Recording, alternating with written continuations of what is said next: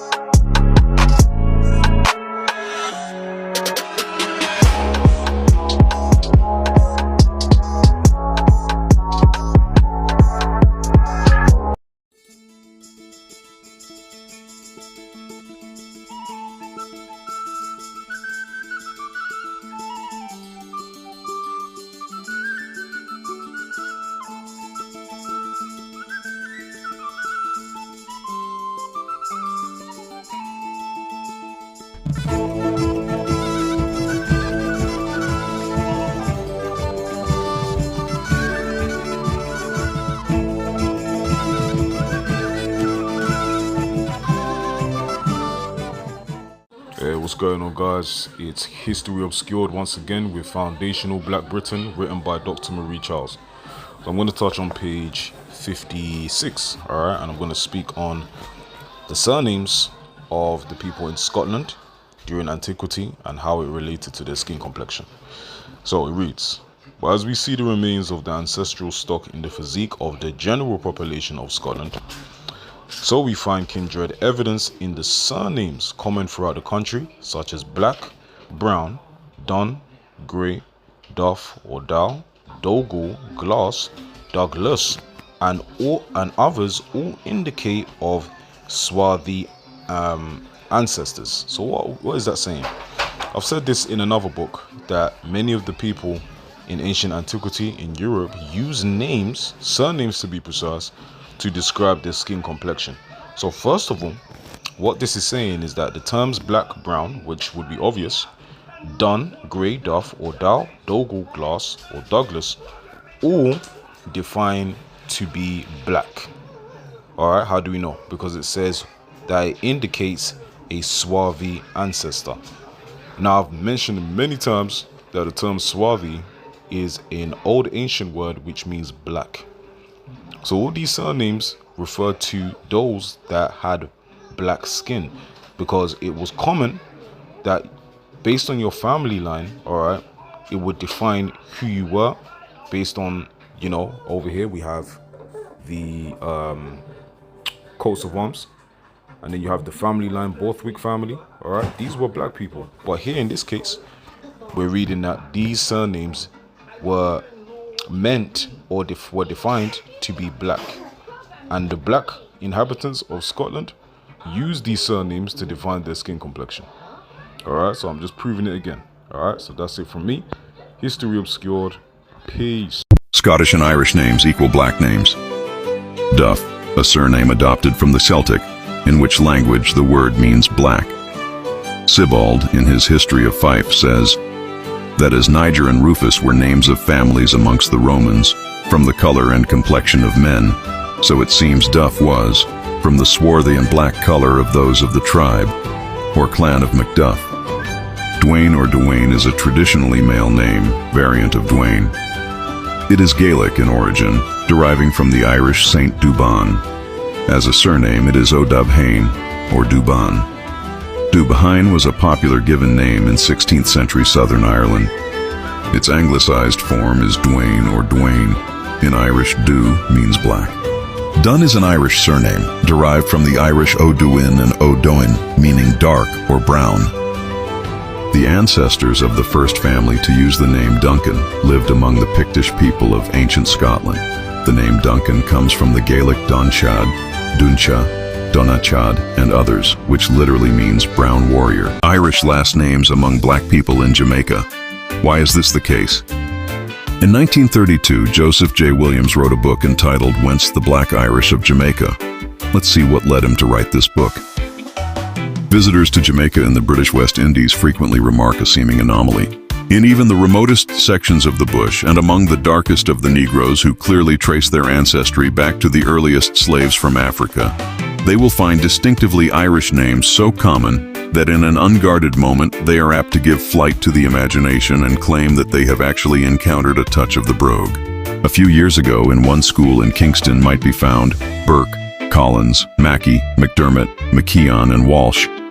And with one exception, the last named, who was a dusky brown, they were to all appearances full-blooded Negroes. In a single classroom of another school, there were Collins, Kennedy, McCormick, and O'Hare.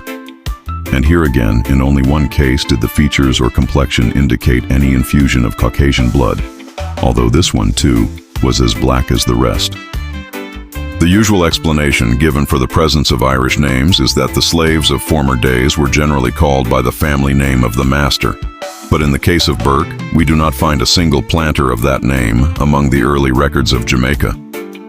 Certainly the survey of the year 1670 shows that at that time, not 1 acre of land was owned by anyone named Burke. And the same may be said in the case of most of the other Irish names we encounter today among the Negroes of the island.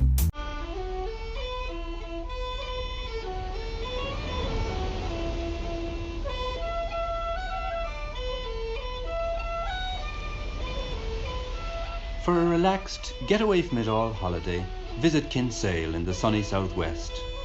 Laze in a boat along its Atlantic shore, anchor at Fox's Bay, Roach's Bluff or Sweeney's Well, or just lounge in the shade of the tree-lined beaches.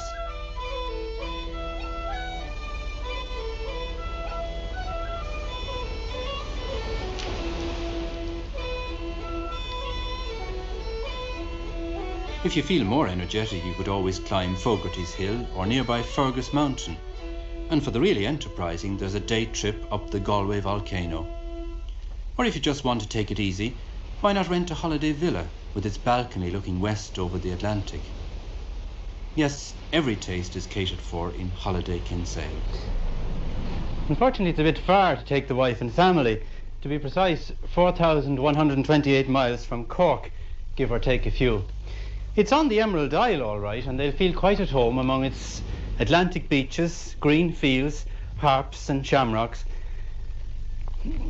But the trouble is that this Kinsale is at the wrong side of the Atlantic. It's Kinsale in Montserrat, a West Indian island, the Emerald Isle of the Caribbean, and home of a unique race of people, the Black Irish. There's a spot in me heart which no Colleen may own. There's a depth in me soul never sounded unknown. There's a place in my memory, my life, that you fill. No one ever take it, no one ever will. Sure, I love the dear silver that shines in your hair, and the brow that's all furrowed and wrinkled with care. I kiss the dear fingers so toil-worn for me. Oh, God bless you and keep you, Mother McCree. There's much in Montserrat besides Mother McCree to remind Patrick Robert Riley of his ancestral home. Though now a British colony, evidence of Irish origins are as aggressive in Montserrat as in Boston or New York. And the harps and shamrocks are not just commercial emblems. The first 3 governors of Montserrat were Irish born, and the local police are proud of the Kathleen Houlihan figure with harp and cross, which forms their coat of arms. So Montserrat makes quite a fuss of St. Patrick's Day, aided and abetted by Patrick Robert Riley. Lately, it has become quite a big day. The radio stations seem to devote almost the whole day, or almost the whole day, to singing Irish songs, interviewing people about Irish customs and so on.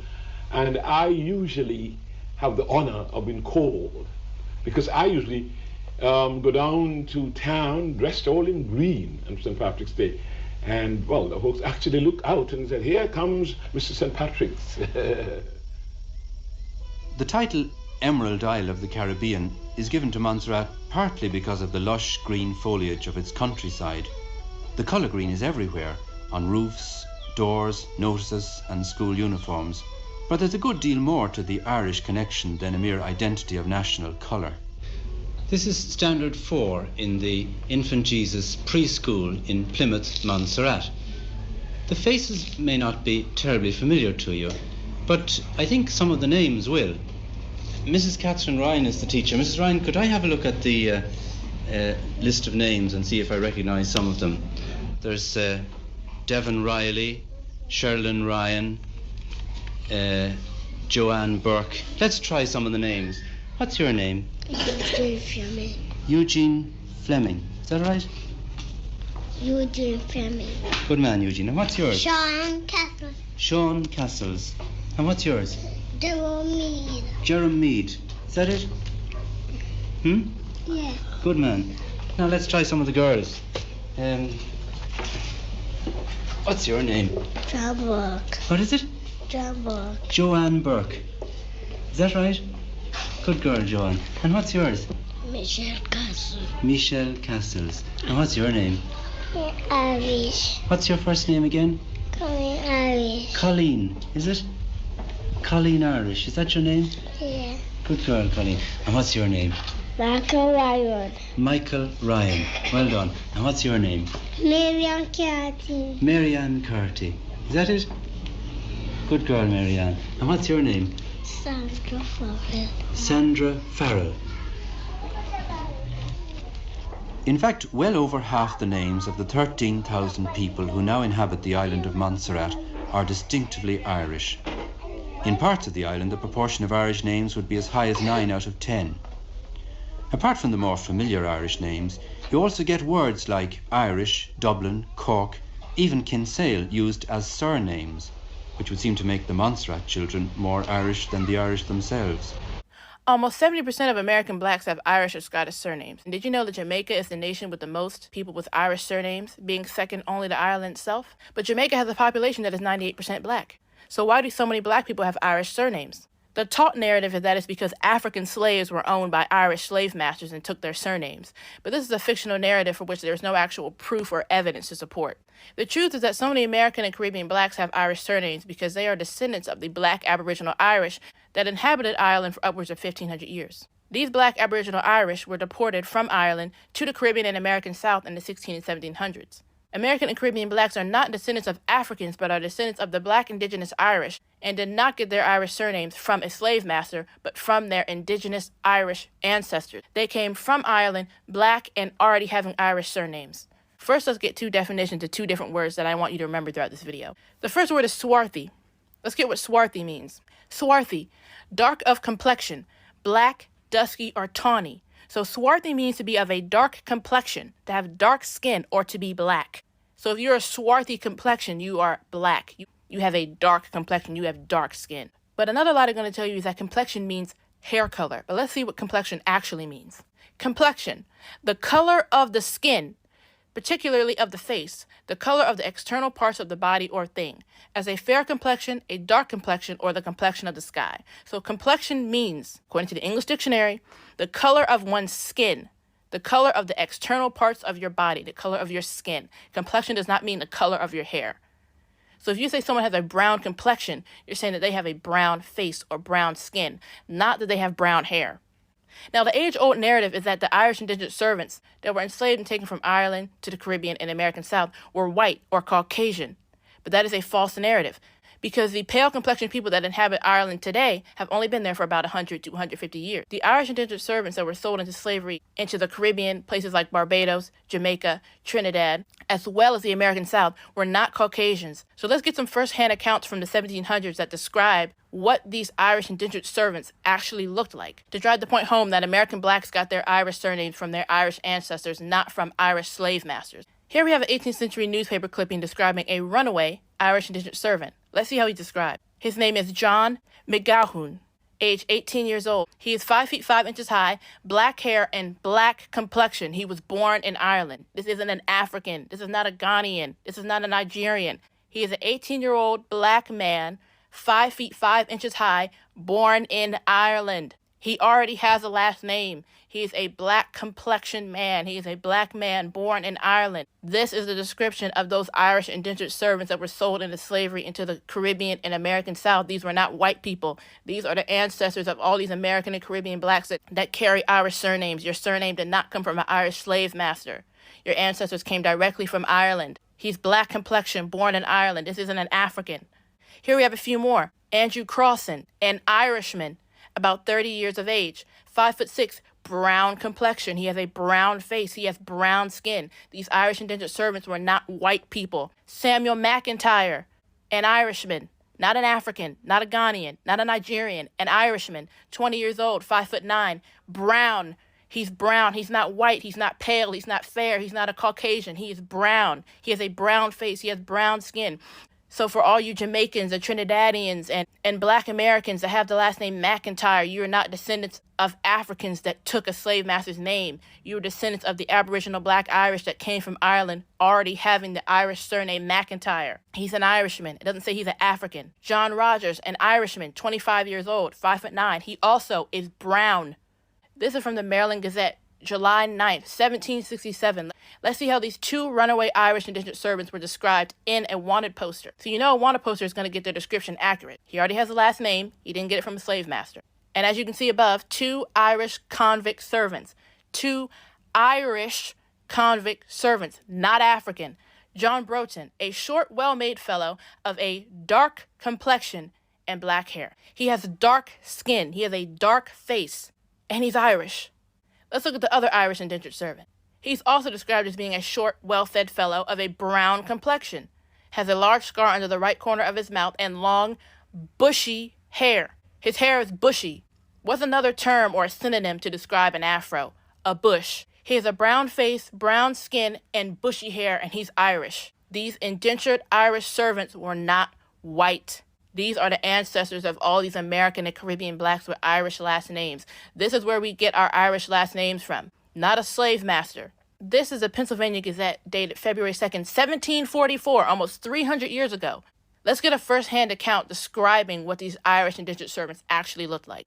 This is a runaway Irish servant woman, not an African, not a Nigerian, not a Ghanaian. She's Irish. Her name is Eleanor Cavanaugh, 35 years of age, very short and little, coal black hair, swarthy complexion. Remember, swarthy means to be black or of dark complexion, to have a dark face, to have dark skin. She has coal black hair and a swarthy complexion. This is an Irish servant woman. This is what these Irish indentured servants actually look like. They were not Caucasians. She has coal black hair and a swarthy complexion. So why would they describe a white woman as having a swarthy, black, dark complexion? Because they weren't describing a white woman. They were describing a black woman that had dark skin, a dark, black, swarthy complexion. She's Irish. She's not African. And also in the Pennsylvania Gazette, dated August 16, 1750, runaway on the 12th instant from Joseph Jackson of London Grove, Chester County, an Irish servant man named William Farrell of middle stature, brown complexion. This isn't a white man. He's a brown-skinned, dark-skinned, swarthy, black Irishman. These are the Aboriginal indigenous Irish that were deported from Ireland in the 16 and 1700s and sold into indentured servitude and slavery.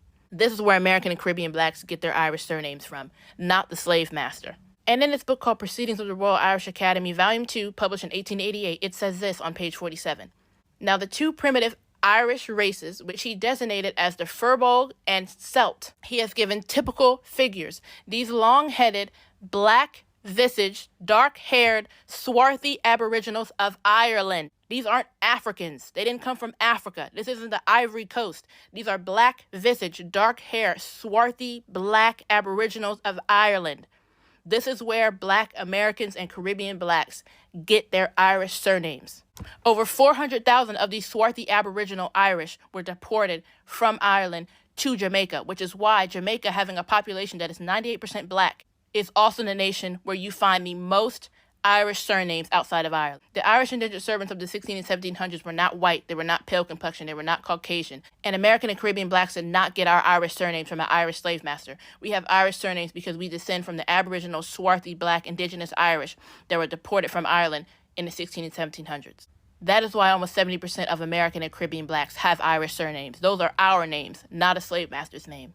A lot of black people are Irish, and they don't know it. People from the UK, Scotland, and Ireland. The Irish and Scots migrated, and they interbred throughout the Americas and the Caribbean. Which is one reason why when you talk to the Jamaicans, as well as other people in the Bahamas and the Caribbean, they've got a bit of a Scottish-Irish accent. Anybody who says that the way that Jamaicans sound and the way that Irish and Scottish people sound, that it's not similar, that person has not cleaned out the garbage in their eardrum. What this does is it opens up the door to understand that the term black and white, those are just terms. They didn't exist until after the 1500s. After the 1500s, we really started to enslave each other. This is why that term black and white started to become used after the 1500s. Don't believe me? Just look it up. Before, you were really just more swarthy or copper colored. You weren't considered more black, you were considered more dark. Because remember, the true colors of Israel equals not just black, my brother. Even though we all have probably more of a melanated ancestry than we would like to admit. It's every color of the rainbow. It's also represented by Joseph's coat of many colors,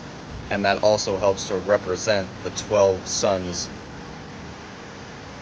which is a direct representation of the 12 tribes and where we're at today. Because they don't want us to know that we're all kind of related, because then that spell of race would continue to take over our lives, and we wouldn't be able to have freedom, which, remember, we're in a race regarding our own race. They make us judge other people's race, keeping us in a race. But now that you have the truth, you can help set the pace. When we remember that we come from Abraham, Isaac, and Jacob, and that our alphabet comes from the Aleph and the Beit in Hebrew, the first two characters. It's not a Greek alphabet. Well, they made the alphabet Greek, but it comes from the Aleph and the Beit, the Hebrew, Phoenician, Canaanite, Hebrew, the real Hebrew. They're all basically the same Paleo script. This is why you have the Americans, Puerto Rican, Jamaicans, Mexican, and don't forget about our African brothers, because the Khan equals the king, the priest, the ruler. Before you could become a king, you first had to learn the Torah, which is why we have the Hill of Torah, or the Hill of Tara in Ireland. Thanks, Tia Teffy. And Jeremiah, whose Irish name was Olafola, and he's buried in Ireland too. So how come Ireland and Scotland, and you could even say Jamaica, many of these islands, they produce the greatest scholars that the world has ever seen? Because it's also part of a prophetic gifting, blessing, they don't want you to know about. Because then you would learn that you're under the order of Melchizedek, which is a game changer. You enter any courtroom, and if they deny you after you have said your P's and your Q's correctly, we'll get them off the bar real quick. Anyways, this is also why we made y'all the Health Bible. Healthy, wealthy, wise. Learn who and what you are at jacobslink.com. English and Irish names equal black names, Part 2. There is the common name Brown. This has been derived from the Anglo-Saxon brún, signifying brown. It is not reasonable to doubt that when our forefathers called a man brún or brown, they gave him this name as descriptive of his brown complexion. Black man, originally Blackman, is an Old English name meaning dark-haired or dark-complexioned. The name was once given to Danish Vikings who settled in southern Scotland. It is also listed in the genealogy of the kings of Bernicia. The original Gaelic form of the name Doyle is O Dubgail, derived from the words Dub, which means black, and Gaul, which means foreigner, or Dubgal, which meant dark and tall. There are two possible origins of the Irish surname Blake. The second was that the name could have been derived from the Old English word blek, meaning dark or swarthy. This book right here, Whence the Black Irish of Jamaica. Them I wonder where we come from. Irites play music with substance. Yeah. Them I wonder where we come from.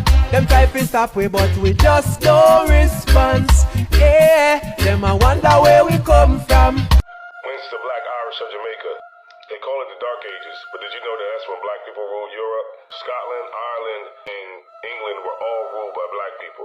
After Oliver Cromwell got in power and King Charles II was killed, they banished all the black people out of Ireland, Scotland, in England. When they were banished from England, Ireland, and Scotland, they were sent into Jamaica on a sugarcane plantation. So most of the people on the island of Jamaica and Barbados are from Ireland and Scotland, but they don't even know it. During the time that Cromwell was in power, they rounded up everybody and made them go to Kavanaugh or Clare. That was 2 cities. And if they were found outside of those cities, they would be put on the slave ships or sent to the islands to be indentured servants. You notice the last names? Okay, so let's get into this next section called Irish, Scottish, and English names. This is page 1. And these names all mean swarthy by being described as dark complexions, black complexions, and brown complexions. Okay, I've listed here the names, meanings, and origins. So the first one there is Arthur, and the meaning is very black. The origin is Welsh or Brythonic language. So that immediately reminds me of King Arthur. And if the meaning is very black, that's something interesting. The second one there on the list is Bran, and the meaning of that is crow or raven. And we should all know that crows and ravens are very black in color. And the origin of that name Bran is Welsh. Okay, so I'm gonna skip down to Brenna, which means little raven, and that has an Irish origin. Next we have Cormac, which means raven's son, and that is of Irish origin as well. Now let's skip down to Sierra, which means black or dark, and that's Irish or Gaelic in origin. Then we have Kerwin, which means dark-skinned, and that is Celtic in origin. And then let's go down to Kerry, which means dark, little dark one, or dark princess, and that's Irish or Gaelic. Then we have the common name that we all know is Blake, which means black, and that's English in origin. Then we will go down to Dubon, which means brown or dark, and that's Irish in origin. And then let's go up to the top of the second list, and we have Duff, which means dark, and that's Scottish in origin. Then we have Dougal, which means dark stranger, that's Scottish in origin. Then we have Dolan, which means dark in Irish, or Irish origin. Then we have Douglas, very common name, that means dark, and that's Gaelic in origin. And then let's go to Duncan, which means swarthy chief, and we all know that swarthy means dark complexion, black, brown, dark brown, and that's Celtic in origin. Then last on the list there is Kerry, which means dark, and that's Irish in origin, and Kerry is also a very common name. Didn't know it meant dark. And I don't think the parents of these folks are calling them dark in a bad way, like they're a bad person or they have bad intentions or something like that. I think the word dark and the meaning behind these names are a descriptor of what their child looked like or what the family resembled, if it's a family name, because these are first and or last names. Have you ever noticed the similarities between the Irish and the Jamaican? Well, it's way more than just the laid-back, fun-loving attitudes. In fact, so 25% of Jamaicans claim Irish ancestors. Irish people are the second largest reported ethnic group in Jamaica after Jamaicans of African ancestry. The second fact is the Jamaican accent shares similar elements of the Irish accent. The third fact is both Ireland and Jamaica were British colonies. Ireland gained their independence in 1921 and Jamaica gained ours in 1962.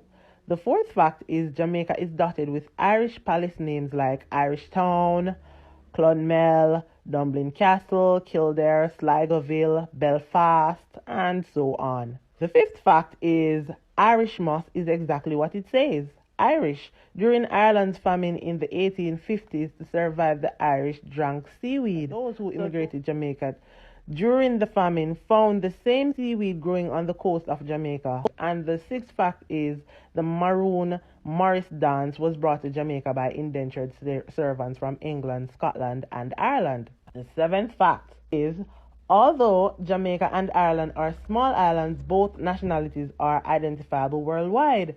So the Irish, them popular just like the Jamaican people, them the Irish and Jamaican cultures and their people have made a clear stamp internationally.